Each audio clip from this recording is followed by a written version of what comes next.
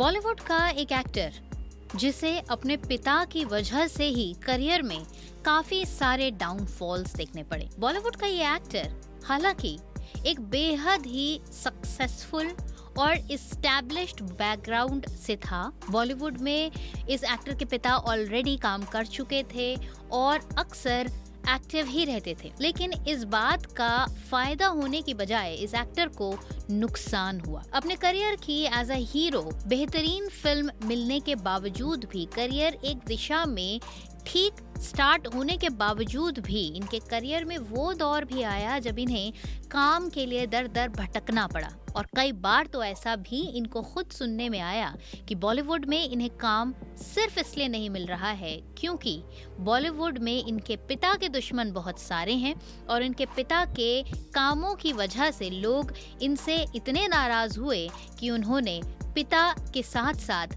बेटे का भी बॉलीवुड में बॉयकॉट किया। क्यों हुआ ऐसे? कौन है ये एक्टर और क्या है पूरी कहानी? आज के इस वीडियो में हम आपको यही बताएंगे। बॉलीवुड के एक्टर शेखर सुमन को तो हर कोई जानता है।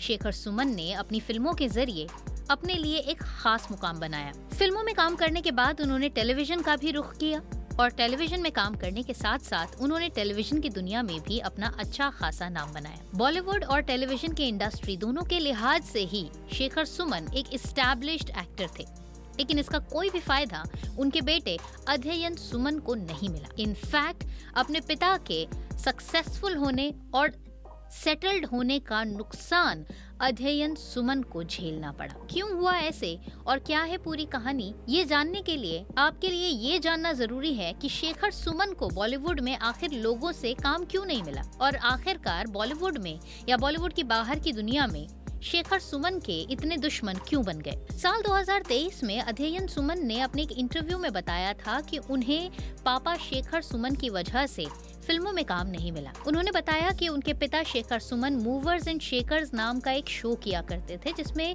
वो कई सारे एक्टर्स और दूसरे लोगों के खिलाफ काफी कुछ बोल दिया करते थे, लेकिन ये शो स्क्रिप्टेड होता था जिस पर उनके पापा का कोई रोल नहीं होता था, उन्हें सिर्फ स्क्रिप्ट को ही पढ़ना होता था। लेकिन बावजूद इसके उनके काम को समझने वाले लोग तक इस बात का बुरा मान जाते थे कि वो अपने इस शो में काफी कुछ ऐसा कह जाते थे जो लोगों को पसंद नहीं आता था और लोग इस बात से बुरा मान जाते थे।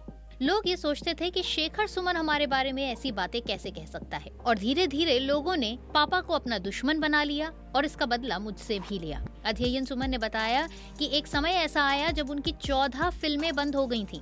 कई बार ऐसा हुआ कि फिल्मों से उन्हें एकदम से ऐन मौके पर निकाल दिया गया। अध्ययन ने बताया कि एक बार उनके सामने एक प्रोड्यूसर ने किसी को फोन किया और कहा कि हम अध्ययन को कास्ट करने की सोच रहे हैं, लेकिन उस आदमी ने जवाब दिया कि अध्ययन को मत लेना, ये टाइम का पाबंद नहीं है और ड्रग्स भी लेता है। अध्ययन के मुताबिक उस शख्स की इन बातों में कोई सच्चाई नहीं थी, लेकिन सिर्फ मुझे बॉलीवुड में काम न मिले इस वजह से मेरे बारे में इस तरह की बातें फैलाई गई। अध्ययन सुमन फिल्म राज 2 के जरिए ऑडियंस को पसंद आ गए थे, उनकी एक नोटिसेबल पहचान बन गई थी। उस फिल्म से अगर इनका करियर पॉजिटिवली आगे बढ़ता तो शायद ये अपने करियर में काफी आगे की दौड़ लगा पाते, लेकिन राज 2 से स्टारडम मिलने के बावजूद भी इसका कोई फायदा अध्ययन को नहीं मिल पाया और इसके बाद जब लगातार उनकी फिल्में डब्बा बंद होती चली गईं तो इसकी वजह से भी उनको काफी डिसअपॉइंटमेंट हुआ और आने वाले जो और कोई प्रोड्यूसर उनको सोच के अगर कोई फिल्म प्लान भी कर रहे थे तो उन्होंने भी अपने हाथ वापस खींच लिए, क्योंकि वो एक ऐसे एक्टर बन चुके थे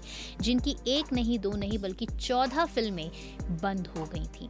ऐसे में कोई भी प्रोड्यूसर और डायरेक्टर अध्ययन सुमन पर दाव नहीं खेल सकता था। तो ये था हमारा आज का वीडियो जिसमें हमने आपको बॉलीवुड के एक ऐसे एक्टर के बारे में बताया जिनके पिता की सक्सेस ने ही उनके करियर को डुबो दिया। उम्मीद है आज के इस वीडियो को आपने पसंद किया होगा। अगर आप वाकई इसे पसंद कर रहे हैं तो इसे ज़्यादा से ज़्यादा शेयर कीजिए, चैनल को सब्सक्राइब कीजिए, पेज को फॉलो कीजिए, क्योंकि इस तरह के वीडियोज़ आपको हमारे चैनल पर लगातार मिलते रहते हैं।